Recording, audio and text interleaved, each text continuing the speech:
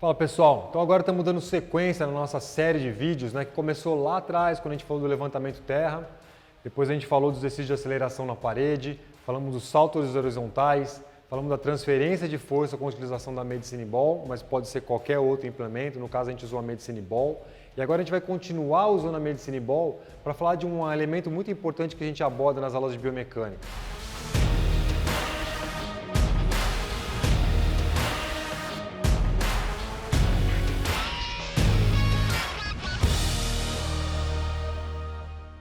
Mais uma vez, reiterando que o entendimento e a compreensão de princípios básicos de biomecânica dá para o treinador muitas ferramentas para conseguir analisar o movimento, tá? E mais importante, saber onde e como inserir correções, tá? Então, fundamentos de biomecânica é realmente uma ciência que não dá para ser negligenciada por nenhum treinador.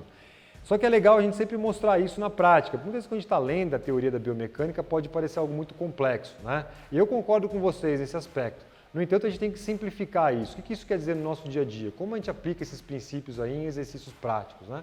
É isso que a gente vai mostrar para vocês aqui. Então hoje a gente vai falar sobre dois tipos de movimento, né? Que é o movimento guiado, tá? E o movimento articulado. Os dois são movimentos corretos que podem ser utilizados, né? Pelo seu atleta, pelo seu aluno, mas eles têm algumas diferenças aí, tá? Para o treinador, a gente pode usar até os dois na mesma sessão, mas essas diferenças são importantes porque a gente vai requerer, né, do atleta uma técnica um pouquinho diferente. Elas são simples e sucintas, mas elas existem e elas devem ser observadas e a gente deve saber a diferença entre os dois, principalmente nós, que somos aqui os técnicos em questão, tá? Então, mais uma vez, a gente vai utilizar aqui a Suzana, que é uma ex-jogadora de futebol profissional, e a gente vai, como a gente ensinaria qualquer outro atleta ou aluno, né, pedir para ela fazer esse primeiro movimento, que é um movimento articulado, tá? O que diz o movimento articulado? É onde a gente está fazendo um movimento potente, né? Aqui no caso é um movimento linear, com parte, né, do corpo, no caso aqui os membros inferiores. Esse momento passa por uma freada brusca, tá? E essa freada brusca transfere o momento do corpo para um objeto. Mas aqui o que a gente quer é que ela use o mínimo possível do braço. A gente quer que realmente o movimento aqui, partindo dos quadris, seja alto e potente o suficiente para conseguir transferir força para a bola que vai estar jogando à frente. Esse é o movimento articulado, quando parte do sistema freia e essa freada brusca causa uma aceleração no objeto.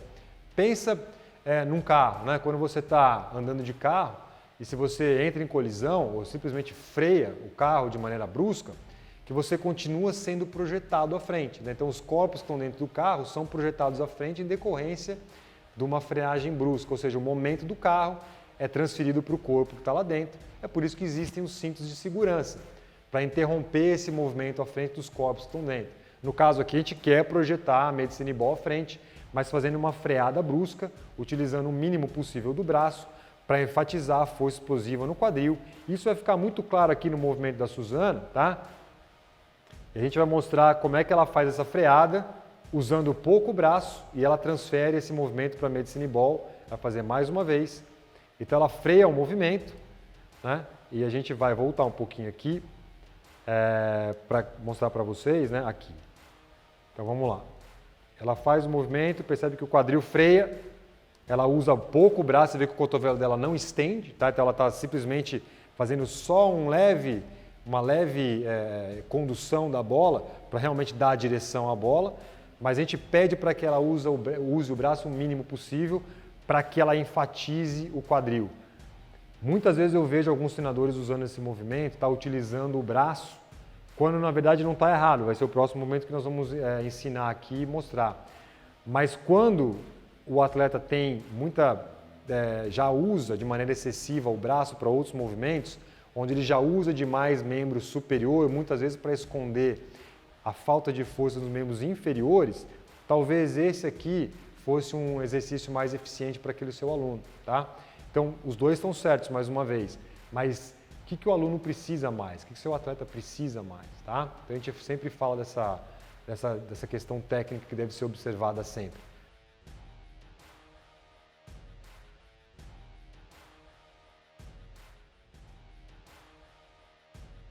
Mais uma vez, mesmo quando ambos os exercícios estão certos, o que você quer, tá? Então a gente vai mostrar a Suzana terminando essa execução correta, né, do movimento articulado. Logo depois ela vai fazer um movimento guiado. Então percebe a diferença, tá, entre os dois movimentos. Percebe que no movimento guiado agora ela vai usar não só o quadril, mas ela vai conduzir a bola com o braço ao final. Que entra, né, esse movimento entra muito e é parecido com o que a gente falou naquele vídeo anterior, quando a gente falou de transferência de força, né?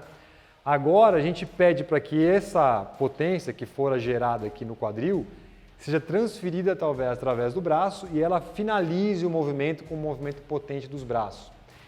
Então, pensando numa sequência pedagógica, tá, para a gente colocar isso dentro de um programa de treino, eu começaria ensinando o atleta a usar o quadril, para, de maneira subsequente, ensinar ele a integrar quadril com o braço. O que a gente quer é conseguir transferir força de maneira eficiente. Esse movimento guiado, né, é um movimento onde a gente transfere a força de baixo para cima, finalizando com as mãos ou com o braço. Tá?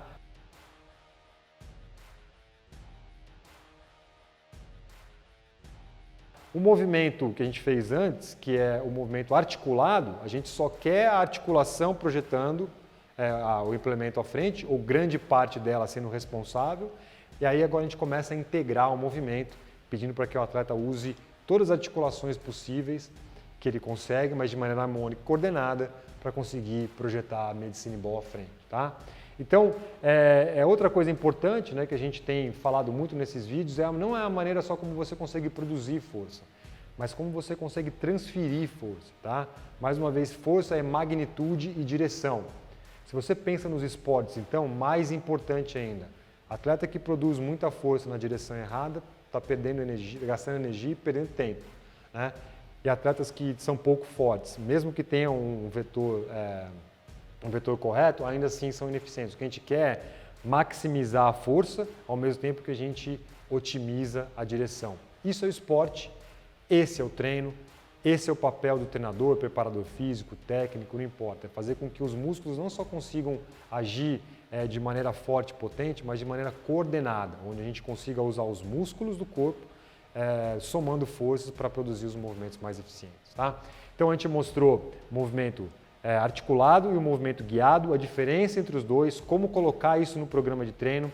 Se você gostou desse vídeo, dá um joinha, dá um like, compartilha com seus amigos profissionais. Se você quer fazer algum comentário ou se você tem alguma dúvida, coloca aí embaixo do vídeo e a gente vai continuar interagindo por aqui. Essa foi a sequência que a gente começou lá com o levantamento terra e culminou agora com o movimento articulado e movimento guiado.